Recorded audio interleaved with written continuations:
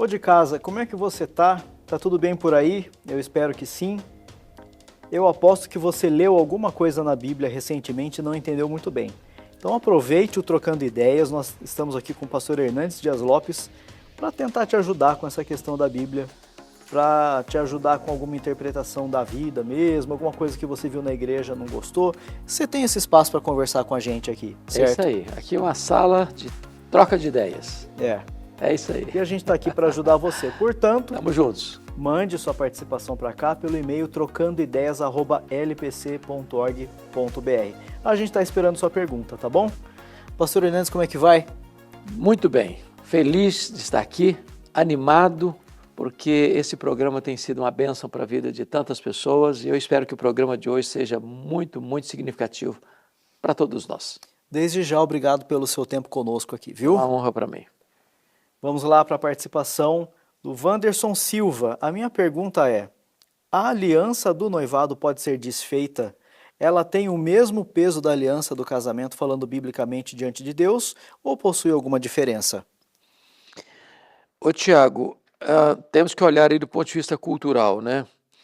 Lá no primeiro século, na época do Novo Testamento, o noivado era diferente do noivado de hoje.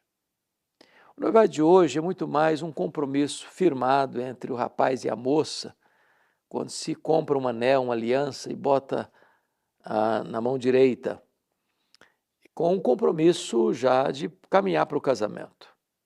Naquela época, no primeiro século, por exemplo, a Bíblia fala de José, que era desposado com Maria. Ele não era casado ainda, os dois não moravam juntos ainda, estavam comprometidos um com o outro. Havia testemunhas, né? O noivado hoje não tem testemunhas, né? Você não convida testemunhas para testemunhar o seu noivado, né? Naquela época, o noivado só era encerrado com um divórcio, era um contrato mesmo de casamento.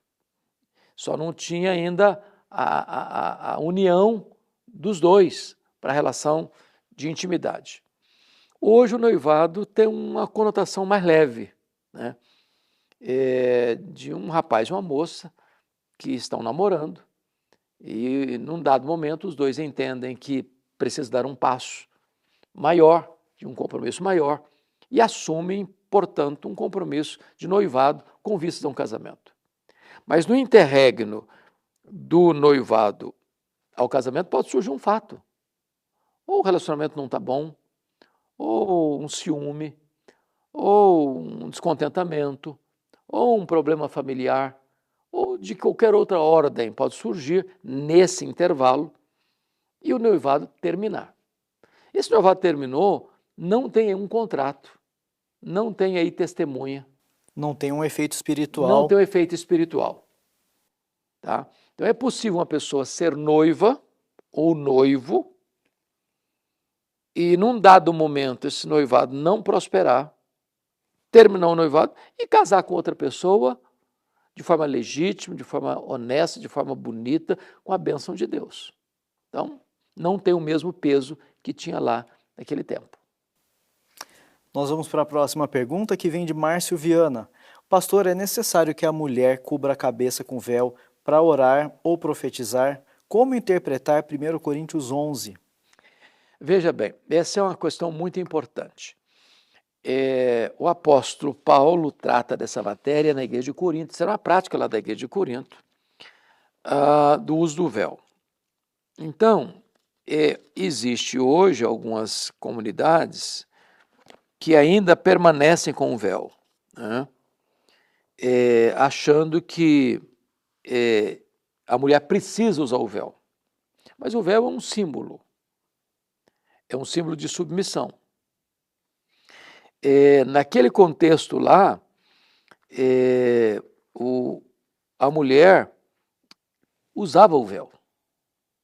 Mas não era uma prática, Tiago, de todas as igrejas. Tanto é verdade que o apóstolo Paulo vai dizer aqui, no versículo 15, e que tratando-se da mulher, é para ela uma glória, ou seja, a questão do cabelo comprido, pois o cabelo lhe foi dado em lugar de mantilha. Contudo, se alguém quer ser contencioso, saiba que nós não temos tal costume, nem as igrejas de Deus. Então, impor o véu hoje, ou achar que a mulher precisa usar o véu, é não entender essa questão geográfica, regional, cultural da igreja de Corinto. Você não vê essa prática na igreja de Éfeso, você não vê essa prática na igreja de Jerusalém, você não vê essa prática na igreja de Antioquia, você não vê essa prática nas demais igrejas estabelecidas, né, nas viagens missionárias de Paulo. Então, eu diria para você que as igrejas de Deus, conforme Paulo diz aí, não tem essa prática. Não tem essa prática. Nós vamos para a última pergunta do Trocando Ideias de hoje, que veio lá do Luiz Gustavo. Muitas denominações protestantes foram afetadas pelo liberalismo. O relativismo tem sido aceito como politicamente correto. E que ameaça isso pode ser para a igreja, pastor Hernandes? Ô Tiago, essa é uma grande ameaça. Vamos voltar um pouquinho. O liberalismo teológico olha para a Bíblia não como a palavra de Deus inspirada, inerrante, infalível e suficiente. Os liberais entram para a Bíblia para fazer uma leitura crítico-literária e não uma leitura gramático-histórica. Eles olham para a Bíblia pelas lentes do racionalismo francês, do iluminismo francês, e dizem, mas isso aqui não pode ser explicado racionalmente.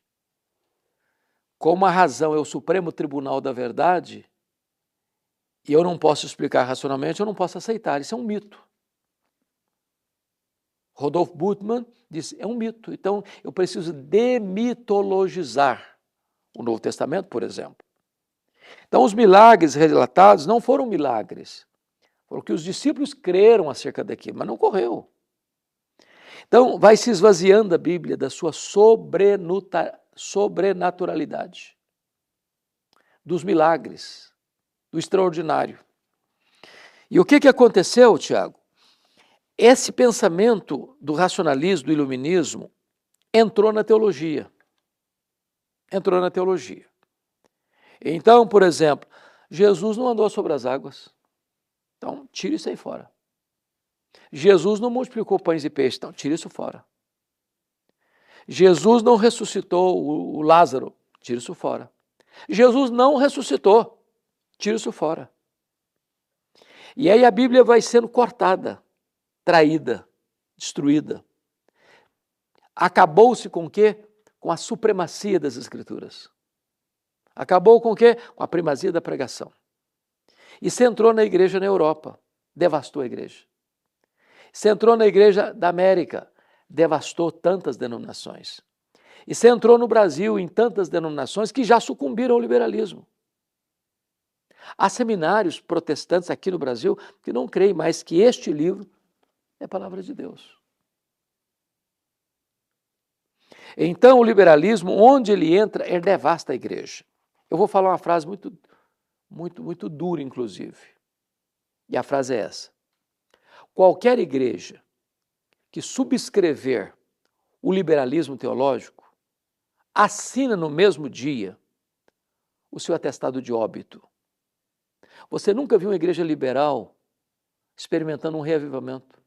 Você nunca viu uma igreja liberal investindo em missões. Você nunca viu uma igreja liberal plantando outras igrejas. Ao contrário, ela vai se desidratando, murchando, minguando, morrendo. Mas você não vê uma igreja liberal voltando à sensatez. É um caminho sem volta. É um caminho de morte. Então, é uma grande ameaça. Real, presente. E é importante afirmar, o liberalismo não começa nos bancos das igrejas, começa na cátedra, nos seminários. Um professor liberal num seminário é uma devastação, é uma destruição. Ele presta um desserviço. Se uma denominação é séria e ela crê que a palavra de Deus é a verdade, ela não pode tolerar, um dia sequer, um professor liberal ensinando nos seus seminários, porque vai ensinar ceticismo, plantar morte e não vida. Uma igreja cujos seminários estão fermentados pelo liberalismo vai estar comprometendo a sua história brevemente, porque, me permita uma ilustração muito simplória, para ilustrar isso. 2 pescadores estavam no rio pescando, jogando as redes, quando viram a criança rodando o rio abaixo afogada. Largaram as redes, correram lá e cataram a criança, botaram a criança em terra, lugar seguro. Quando botaram a criança aqui, outra criança rodando o rio abaixo. Correram lá, pegaram a criança, colocaram no lugar seguro. Quando botaram aqui, a terceira criança estava rodando o rio abaixo. Um dos pescadores saiu. E o outro falou, rapaz, me ajuda a salvar a criança. Você está indo embora? Eu falei, não, eu vou ver quem está jogando as crianças no rio. Ou seja, não basta cercar a consequência, você tem que evitar a causa. A causa. Não adianta a igreja ficar preocupada com o liberalismo de costumes e tal, se lá dentro do seminário dessa denominação tem um professor liberal ensinando os seus futuros pastores o liberalismo. Então, tem que agir e agir rápido. Esse mal tem que ser debelado pela raiz. Um antídoto, então, seria se voltar para a palavra de Deus. Voltar para a palavra de Deus. Ensinar a palavra de Deus. Eu há pouco tempo, estava conversando com o diretor de um seminário, cujo seminário estava se desencaminhando para o liberalismo, e ele chegou para botar ordem na casa. E reuniu os professores, diz, olha, agora o nosso seminário vai seguir essa linha. Nós cremos que a Bíblia é a palavra de Deus, inspirada, inerrante, infalível, suficiente. Se alguém aqui que é professor não tiver de acordo com essa linha, está dispensado. O seminário foi reavivado e restaurado para a glória de Deus. É isso que todo seminário que está aí sendo fermentado pelo liberalismo devia fazer. E para a gente que é membro de igreja, não tem contato com o seminário, mas está ali inserido, né, no contexto da igreja, quanto mais a gente entender o que está aqui dentro da Bíblia, mais a gente consegue identificar esse tipo de problema, né, e corrigir a rota.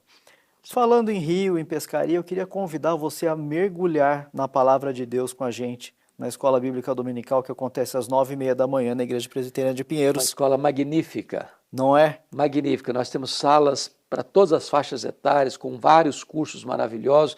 Inclusive, eu estou ministrando agora sobre o livro de Amós, que é um livro fascinante para a nossa geração. E você é nosso convidado. Então tá aí. Tá aí. Tá resolvido por hoje. Vamos dar tchauzinho pro povo? Vamos lá. Abraço, gente. Até o próximo programa. Deus abençoe.